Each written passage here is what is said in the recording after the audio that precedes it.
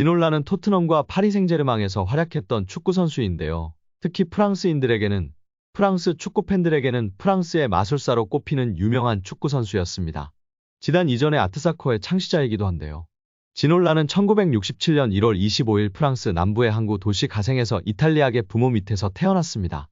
그는 1983년 자택에서 가까운 클럽인 생트 막심의 유소년 클럽에서 지도를 받고 1985년 18살의 나이로 스포르팅 툴롱 바레에 입단함으로써 축구 인생을 시작했습니다. 1988년에 데뷔한 지놀라는 프랑스의 촉망받는 유망주들 중 하나였고 그 중에서 가장 성공한 선수로 꼽히고 있습니다. 지놀라는 레프트 윙어로 활동하며 2시즌 동안 61경기 8골을 기록했습니다. 그는 우아하고 화려한 플레이를 선보인 데다 잘생겼기 때문에 수많은 팬들을 양산했습니다. 화려한 드리블, 환상적인 볼 컨트롤, 그리고 강력한 슈팅을 보유한 지놀라의 필적할 유망주는 당시 프랑스에선 결코 찾아볼 수 없었습니다. 지놀라는 1990년 브레스트로 이적했는데요. 브레스트는 1990년도 시즌에 강등되었지만 그는 혼자 빛났습니다. 1991년 지놀라는 파리 생제르맹과의 경기에서 최고의 활약을 선보이며 팀의 3대2 승리를 이끌었습니다. 그를 지켜본 앙리 미셸 대표팀 감독은 그를 국가대표로 발탁하여 알바니아와의 친선 경기에 내보내는 등 승승장구하였습니다. 또한 1993년에 유로파컵 4강에 진출하는 데 큰 기여를 하면서 프랑스 올해의 축구 선수에 선정되었습니다. 이 시기 지놀라는 제라르 올리의 프랑스 대표팀 감독의 부름을 받고 1994 미국 월드컵 지역 예선에서 주전 선수로 활약했고 17경기에 출장하여 3골을 기록했습니다. 그는 환상적인 개인기와 드리블을 선보이며 프랑스 최고의 인기남이 되었고 TV에 여러 차례 출연하여 화제의 중심에 서기도 했습니다. 특히 정교한 기술력을 가진 좌측 윙어로 드리블 테크닉을 통해 화려한 볼거리를 제공하여 팬들과 평론가 모두에게 극찬을 받았던 그라운드의 마법사였습니다.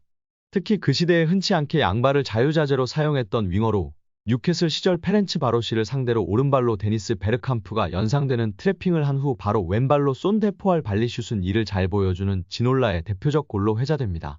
또한 1999년 리즈 유나이티드와의 FA컵 경기에서 왼발 중거리 슛으로 골대를 2번 친 후 오른발 중거리 슛으로 기어이 득점을 이뤄내는 신기를 보일 정도로 본인이 가진 기술력을 양발과 연계하는 능력이 탁월했다는 평가를 받았습니다. 이 양발을 이용한 드리블 돌파 기술이 특히 탁월했는데 상대 풀백 앞에서 공을 오밀조밀 드리블하며 상대의 태클을 유도하고 본인은 앞으로 치고 나가는 특유의 드리블 스타일은 아직도 지놀라의 대표 기술로 회자되고 있습니다. 그런 그가 이강인을 향해 극찬했다는 것은 실로 놀라지 않을 수 없는 대단한 일입니다. PSG와 토트넘 등에서 활약한 다비 지놀라는 선수로서 이강인을 볼 때, 그의 이미지를 볼 때 그가 마요르카에서 활약할 때부터 메시의 왼발과 많이 닮은 왼발을 가졌다. 왼발로 경기를 할 때 항상 색다른 모습을 보이는 방식은 메시가 바르셀로나에서 했던 움직임과 몸짓을 발견할 수 있다. 나는 이강인이 PSG에서 꽃 피우고 발전하는 모습을 기다린다. 라고 엄청난 칭찬을 남겼다. 지놀라 이전의 이강인과 메시에 대한 비교는 이미 이전에도 나온 바 있는데요. 스페인 매체 아스는 지난 11월 16일 이강인이 A매치에서 싱가포르를 상대로 선발 출전해 조규성의 득점으로 이어진 날카로운 패스를 칭찬하며 이강인은 메시 스타일의 도움을 선보였다. 한국 대표팀에도 힘을 실었다. 그의 어시스트는 훌륭했다라고 평가했습니다.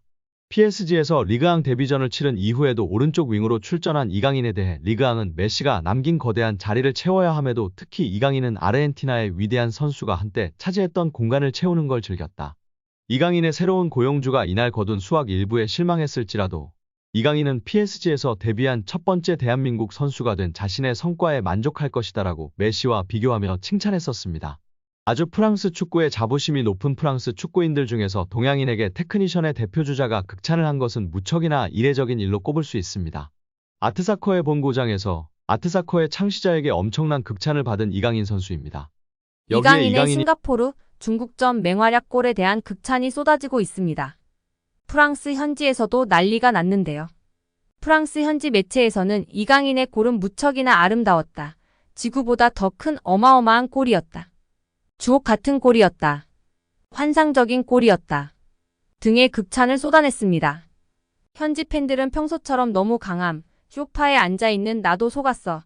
PSG가 그를 변화시켰어. 너무 화끈한 골이었어. 음바페보다 낫다. 이 선수에게는 무엇인가 특별한 것이 있어. 정말 순식간에 벌어진 일이었어. 엄청난 속도의 페인팅과 슛이었어. 전 메시인 줄 알았어요. 이강인을 보면 호나우지뉴가 보여요 등의 반응을 보였습니다. 이에 반해 파리 생제르맹 팬들은 아쉬움의 반응을 보이기도 했는데요.